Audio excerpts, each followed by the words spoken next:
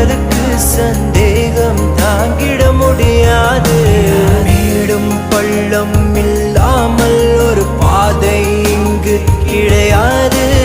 பிரிவும் துயரம் இல்லாமல் ஒரு காதலின் ஆழம் புரியாது.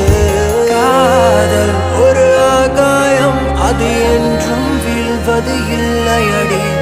கண்ணீர் ஒரு வெண்மேகம், வீழாமல் இருப்பதும் இல்லையடி. கடலுக்குள்ளே மீன் அழுதால் மீன் கண்ணீர் வெளியே